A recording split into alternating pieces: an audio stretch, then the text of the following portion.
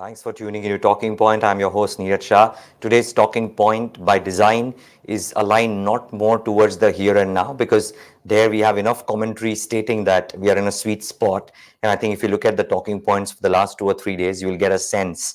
I thought it'll be great to get in a perspective from somebody who invests with a private equity background and a private equity style as well, both into the private and the public markets, I presume. Rahul Bhasin, he needs no introduction, joins us right now on Talking Point today. Rahul, great having you. Thanks for taking the time out. My pleasure. Nice Rahul, to be here. no, the pleasure is entirely ours.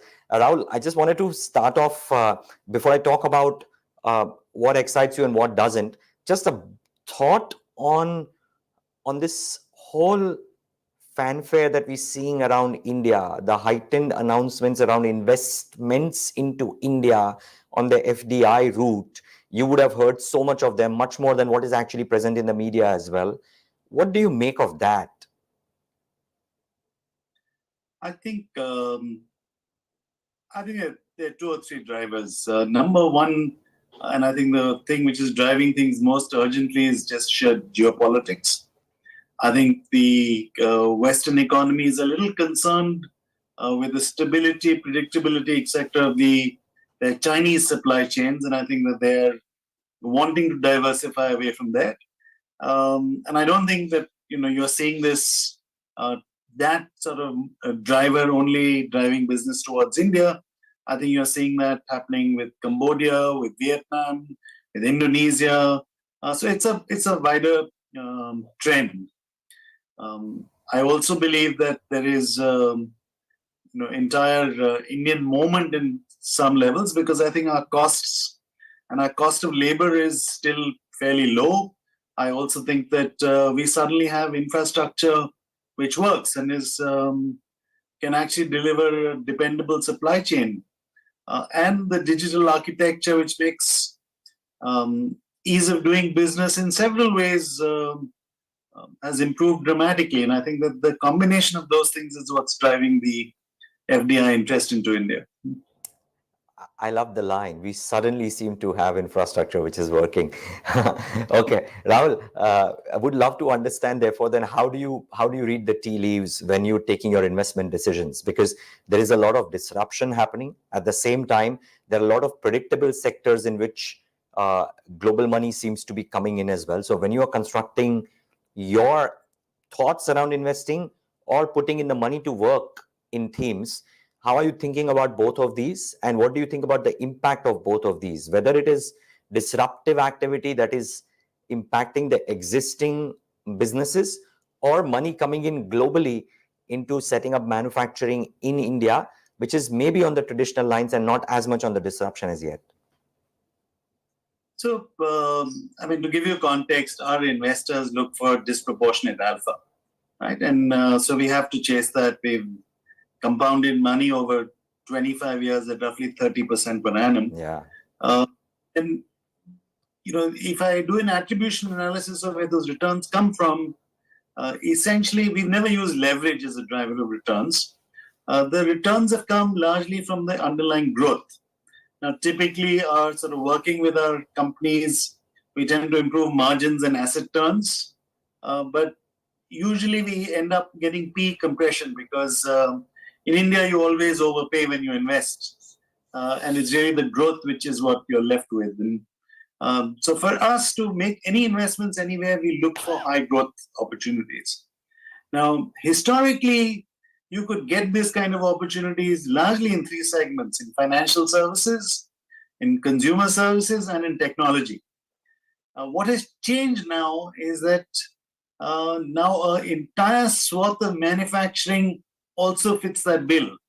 One of the fastest growing companies in our portfolio the last 4 or 5 years has not been a tech company, but a company making air conditioners.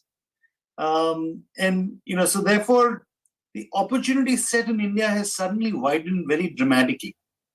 And then there is the entire India digital stack, which enables businesses, which allow a lot of growth. There's the entire digitization story, which can be built on top of that digital stack, which allows for that supernormal growth. And on top of all of this, you now have,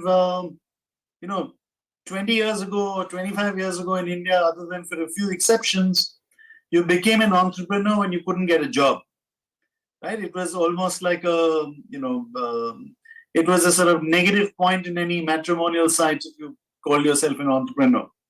But today, I think for the last 5, 7, maybe even 10 years, it's actually the most talented people who are becoming entrepreneurs. They're hardworking, they're visionary, and they typically come to you after having done a lot of homework. So I think people in our businesses are today spoiled for choice. And I don't expect that this ecosystem and environment will change. You'll end up with cyclicality, you'll end up with excesses as you had, in the last few years, where you had this extended run of zero cost of capital, and therefore business models were being funded which never should have got funded. And when you allow for negative unit economics to be a sort of acceptable business proposition, then that enables a lot of governance related issues and all other kinds of issues of managing the revenue growth, because if you're not worried about the bottom line or the cost of generating that revenue, you get a lot of distortive economics creeping in, and you've seen some of those things coming out in some of the better known companies. I think there's a lot more of that out there. But if you leave aside that noise, the underlying driver is very strong and the momentum is very strong. Okay. Now my question, Rahul, is and help us understand how you think about it. Any of these disruptive themes would have a multitude of young startups and startups with established names backing them, doing work around, and then there are other companies out there. Just the point is that there are multitude of companies out there which are trying to fish in the same pond, not all of them having established size, because the theme or the sector itself is kind of new. So how are you choosing where to put in the large money to work? Because as I understand, if you're chasing alpha, which is very high, to the tune of what you've delivered over the last 25 years, you'll probably also need to make those very large bets with conviction in undervalued names. I don't think it's only, one is finding something which is undervalued. And I mentioned that in India, that's almost impossible to do, at least in the last 5 years. So you have to build your skills around how do you work with those companies that they grow faster consistently. It's the compounding which really makes a difference, right? And I think that to me is the secret sauce in India, at least, and in fact in most emerging markets. In the West, private equity has been about using a ton of leverage on the capital structure in a 40-year journey of declining interest rates. If you held levered assets in declining interest rate environments, it typically generated a lot of returns, right?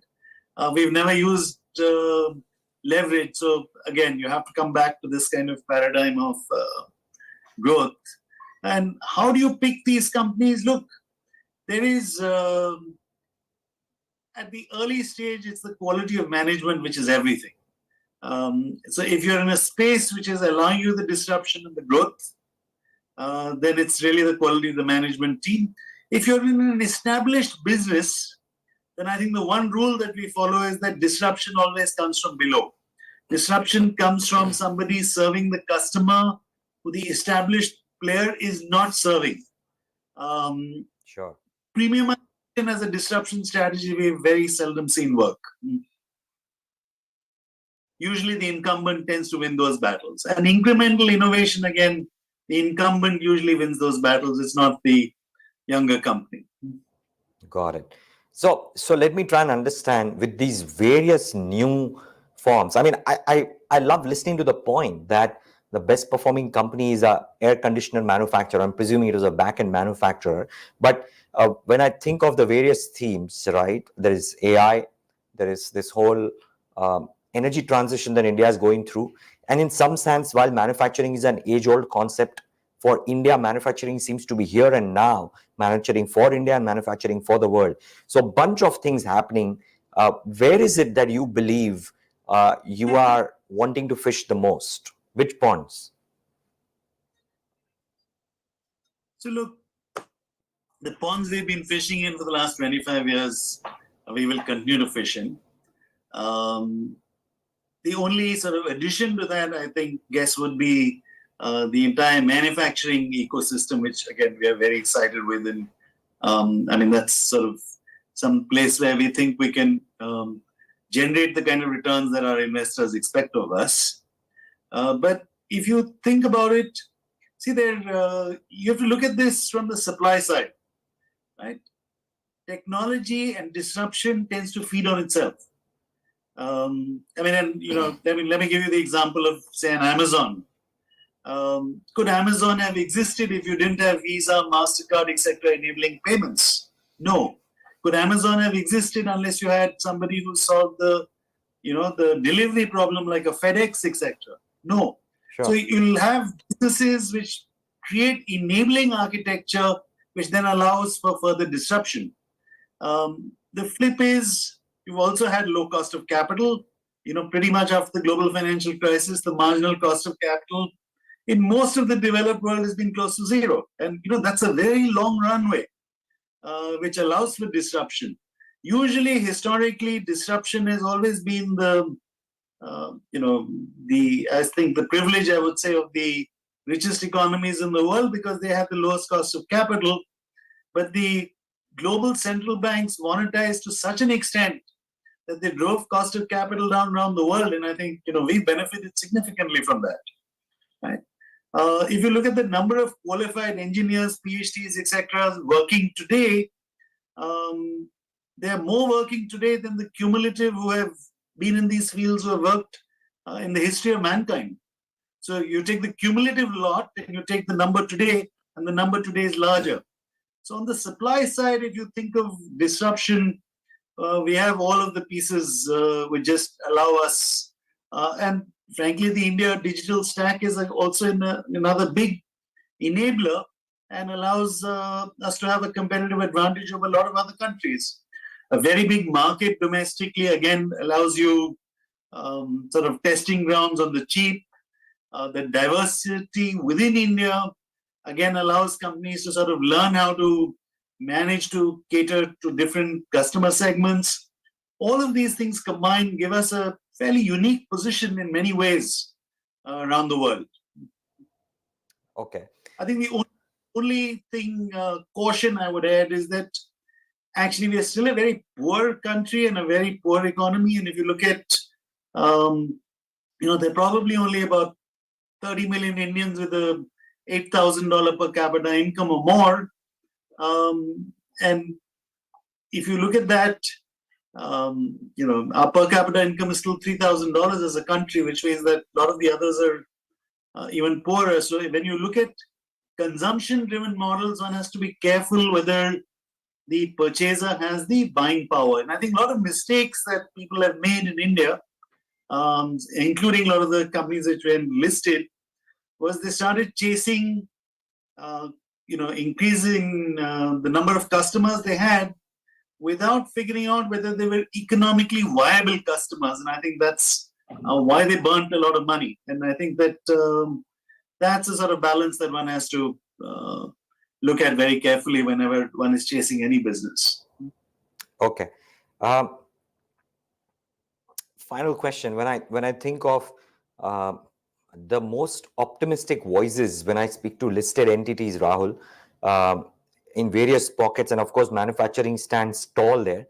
But from amongst the defense, power, railways, etc., essentially the listed pockets, which have been there for a while and are making a bit of a comeback.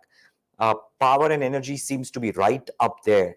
Everything from wind power companies to power finance companies to others are all talking about some fairly lofty goals from the government side, which aids their visibility, their fundraising pitches, and their guidance for the next 4 to 5 years. How are you thinking about this whole energy and the energy transition piece in India, and where to bet money, really? So look, I think the energy transition is for real. It's happening around the world. In India, the government has been very focused on enabling and facilitating it. So probably the pace has been a little higher. Two, we were always an energy deficit country. So, we needed that much of incremental capacity. Incentivizing it to go down the green route is a policy decision that the government has taken. And we will see more and more of that infrastructure built that way. You're also seeing a lot of technology disruption, and you will see over the next 20, 30 years, even in energy. Yes, the movement from internal combustion engines to EV is a big theme. And we've played that value chain, including in the recycling part of it, with companies like Loham, etc., very successfully. But if you look at the entire value chain around the world, I think that there's a degree of maturity in fusion and fusion-based technologies, which probably might get commercialized in the next 10, 20 years. There are technologies to capture energy out of humidity. But if you look at just plain solar and wind and the cost of the economics of that, the way that the cost has been declining and the ability to capture a higher and higher percentage of the solar energy. So the improvement in the cell technology and the decline in cost together, couple that with declining costs of battery technology and therefore storage and stabilization, I think that, the path forward, I think the first phase will get much more solar with some amount of wind thrown in. And at a later stage, these other technologies will also kick in. And these remain investable opportunities currently when chosen right. I think that there is a huge wave behind you. So if you invest across the board in all these sectors, you will do very well. If you're picky and you get the right ones, you'll do extraordinarily well. That's been our experience too, right? But think about, you add this, and none of this works on its own, right? You add AI-based technologies, and AI-related technologies are improving the efficiency of cells and cell manufacture and cell optimization on the fly. They are improving yields, productivity. We are finding that, energy efficiency technologies, which means, light bulbs that use less electricity, or motors which generate far more power and torque for the same amount of energy. So entirely on the value chain and the efficiency of different, whether it's fans, it's air conditioners, you'll find this theme playing out across different industries. One is energy efficiency, two is the lower cost of production, three is the lower cost and more effective storage of energy, right? So there's tremendous opportunity across that entire value chain. Got it. Well, it was lovely, a slightly different discussion that we normally do, and leaves us hungry for more, Rahul. So hopefully we get to talk to you, not after a very long hiatus, but thank you for taking the time out today and speaking to us. My pleasure entirely. Yeah, the pleasure was ours. And viewers, thanks for tuning into this edition of The Talking Point.